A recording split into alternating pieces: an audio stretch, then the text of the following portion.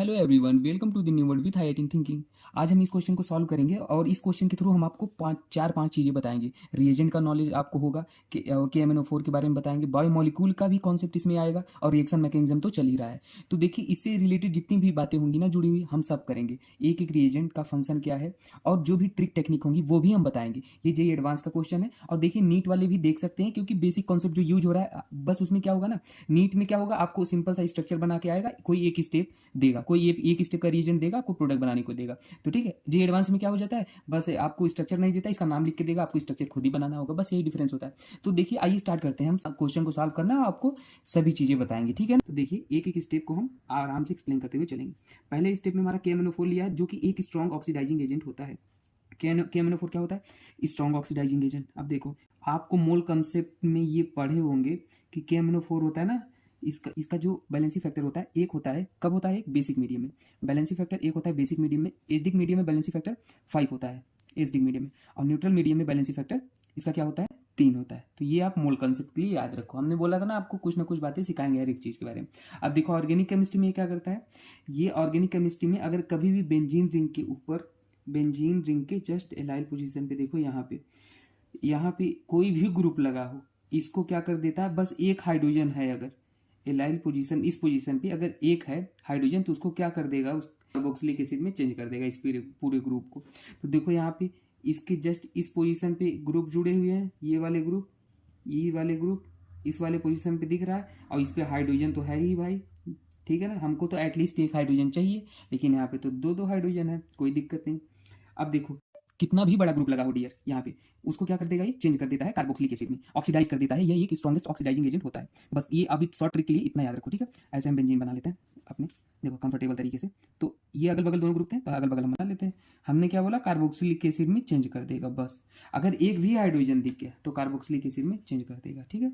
तो देखो ये क्या कर दिया, दोनों ग्रुप को, इसको इसको कार्बोक्सिलिक एसिड में चेंज कर दिया, ठीक है। हमने बोला इस वाले ग्रुप पे हाइड्रोजन होना चाहिए, ठीक है।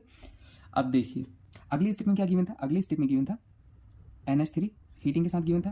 तो NH3 हीटिंग के साथ गिवन है, तो ये Gabriel phthalimide side type reaction लग रही है आपको, आपने पढ़ा होगा।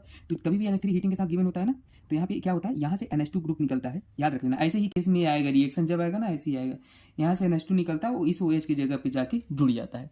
तो देखो अगली स्टेप में क्या होगा, अगली स्टेप में हमारा C+O दिख रहा है, और यहाँ से NH2 लग गया, ठीक है, और यहाँ से NH2 लग गया, ठीक है, NH3।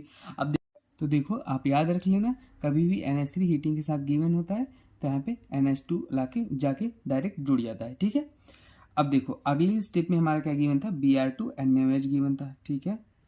देखो पहले स्टेप में क्या था, Br2 और NaOH, और दूसरे स्टेप में हीटिंग गिवन था, ठीक है, ठीक है। तो देखो, Br2NaOH क्या करता है, सीधे सीधे आप याद रख लेना।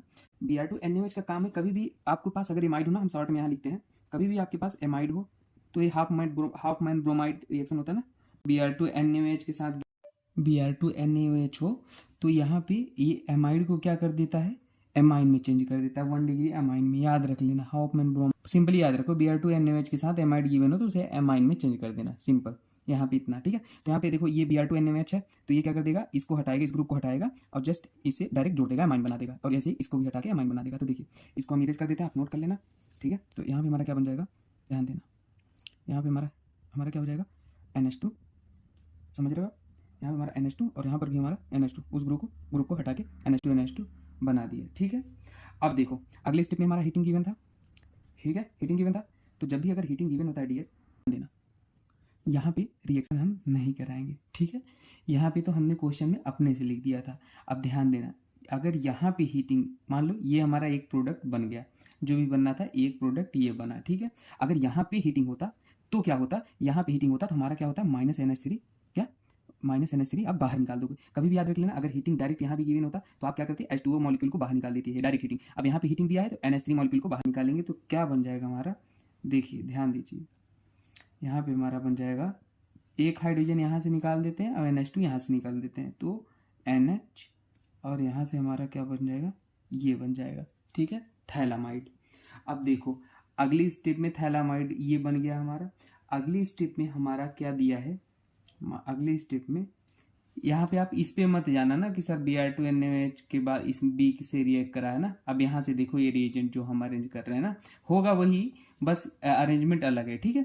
तो यहाँ से अगले स्टेप में हमने क्या ले लिया है, ध्यान देना, KOH और क्या लिया है, CH3 CH Br और COOET, ठीक है। तो बेस है, बेस का काम क्या है, most H D H plus खाएगा, नाइट्रोजन इलेक्ट्रोनेगेटिव एलिमेंट है, ये एच डी है, तो ये वाले एच को ये क्या करेगा, खा लेगा। तो हमारा यहाँ से जैसे ही खा लेगा तो वहाँ पे कार्बन आयन बनेगा, एच प्लस को ले लिया, ठीक है, हमारा क्या बन गया, नाइट्रोजन पे कार्बन आयन आ गया। अब ये कार्बन आयन क्या करेगा, ये कार्बन आयन यहाँ पे, ये देखो बी आर है, ठीक है, ये बी आर है, तो ये इलेक्ट्रोनेगेटिव है, तो ये इलेक्ट्रो पॉजिटिव होगा, कार्बन सीधी बात है, ये बी आर क्या करेगा, SN2 रिएक्शन कराएगा, यहाँ पे यहाँ SN2 रिएक्शन होगी, ठीक है, यहाँ पे अटैक करेगा और ये बी आर बाहर निकल जाएगा।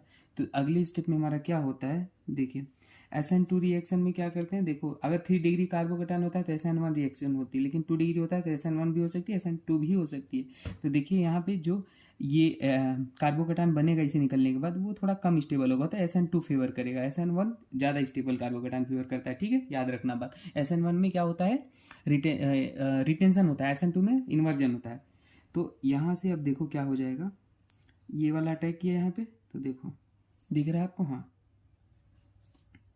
ऐसे ऐसे, फिर हमने क्या लिया है, और हमारा नाइट्रोजन अटैक किया था, ठीक है, यही अटैक किया, तो इसको हमने यहाँ ले गए, ठीक है, CH, इससे CH3 लगा था, CH3 को नीचे कर दिए, बाकी COOET बना दिए, ठीक है, ये बन गया।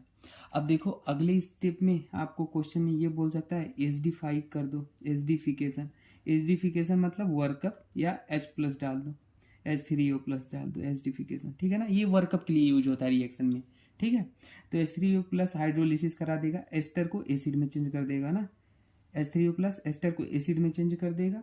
और यहाँ पे जो ऐसे ही साइक्लिक दिख रहा है ना एमाइड टाइप, इसमें क्या करेगा, यहाँ से आके हाइड्रोलिसिस करते, यहाँ OH आके जुड़ जाएगा, यहाँ H, ऐसे यहाँ OH आके जुड़ जाएगा, यहाँ H, ये सब याद रख लो प्रोसेस, कभी भी ऐसा दिखता है H3O प्लस है तो ऐसे कर देना।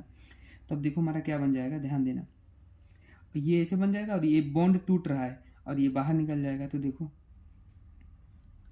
इस बेंजीन रिंग वाला हमारा क्या होगा, OH बन गया एक, ठीक है, ठीक है, ये OH बन गया। क्लाइमेक्स तो अभी आएगा सीन में, अब देखो आने वाला है। उसके बाद ये NH2 बाहर निकल गया, तो ये NH2 CH और CH3 बन गया, और C डबल बॉन्ड हो, इसको भी हाइड्रोलिसिस कर दिया, तो एस्टर को एसिड में हाइड्रोलिसिस कर देता है H3O प्लस, ठीक है, यहाँ से, तो ये बन गया। अब एडवांस में पूछा था इसका नाम क्या है, इसका नाम क्या है इस कंपाउंड का, मॉलिक्यूल का, अब नाम क्या है भाई बताओ। अब आपको अगर बायोमॉलिक्यूल के बेसिक स्ट्रक्चर कंपाउंड के नाम याद है स्ट्रक्चर, तो आप बता लोगे, इसका नाम है एलिनीन, ठीक है, ये पूछा था। सोचो अगर आप प्रोडक्ट भी बना लेते, नाम नहीं आता तो गलत कर देते। तो आपको बायोमॉलिक्यूल के कुछ बेसिक स्ट्रक्चर याद होने चाहिए, जैसे ग्लाइसिन का स्ट्रक्चर क्या होता है, या बता ही देता हूँ कुछ चीज़ें। तो ग्लाइसिन COOH H और H, केवल ये अमीनो एसिड, एक ऐसा अमीनो एसिड होता है जो कि ऑप्टिकली इनएक्टिव होता है, कभी ये भी पूछ सकता है, याद रख लो, ऑप्टिकली इनएक्टिव होता है। आप कहोगे ऑप्टिकली इनएक्टिव, इनएक्टिव मतलब जिसमें प्लेन ऑफ सिमेट्री प्रेजेंस होता है, ये सब बाकी स्टीरियो में देखेंगे, ठीक है। वाइलिन का स्ट्रक्चर भी याद रख लो, कुछ बेसिक हैं जो याद रख लो, और ये सब न्यूट्रल भी होते हैं, ये भी याद रख लो, क्या पता कभी आपसे बायोमॉलिक्यूल से ही पूछ ले। वाइलिन का स्ट्रक्चर ये होता है NH2 और H और CH, और यहाँ से ऐसे होता है, ठीक है। एक ल्यूजीन, ल्यूजीन का भी स्ट्रक्चर याद रख लो, मैं कहाँ बना दूँ, यहाँ पे बना देता हूँ, ल्यूजीन दिख रहा है आपको, हाँ, ल्यूजीन का structure COOH CH NH2 CH2 और फिर यहाँ से CH, ऐसे ऐसे होता है ना, ये अलग अलग है, ध्यान देना, एक ही नहीं समझ लेना है। CH2 भी आ गया, ये ल्यूजीन का, ये सब न्यूट्रल भी होते हैं, कभी पूछ लेगा बेसिक अमीनो एसिड बताओ, ठीक है। तो ये देखो, ये चीज़ें आप कॉन्सेप्ट याद रख लेना, बहुत सारी चीज़ें आपको सीखने की मिली है इस रिएक्शन के थ्रू, ठीक है। अगर किसी को कुछ डाउट होता है तो आप कमेंट सेक्शन में मुझसे पूछ लेना, बाकी मिलते हैं नेक्स्ट वीडियो में, ठीक है दोस्तों, थैंक यू।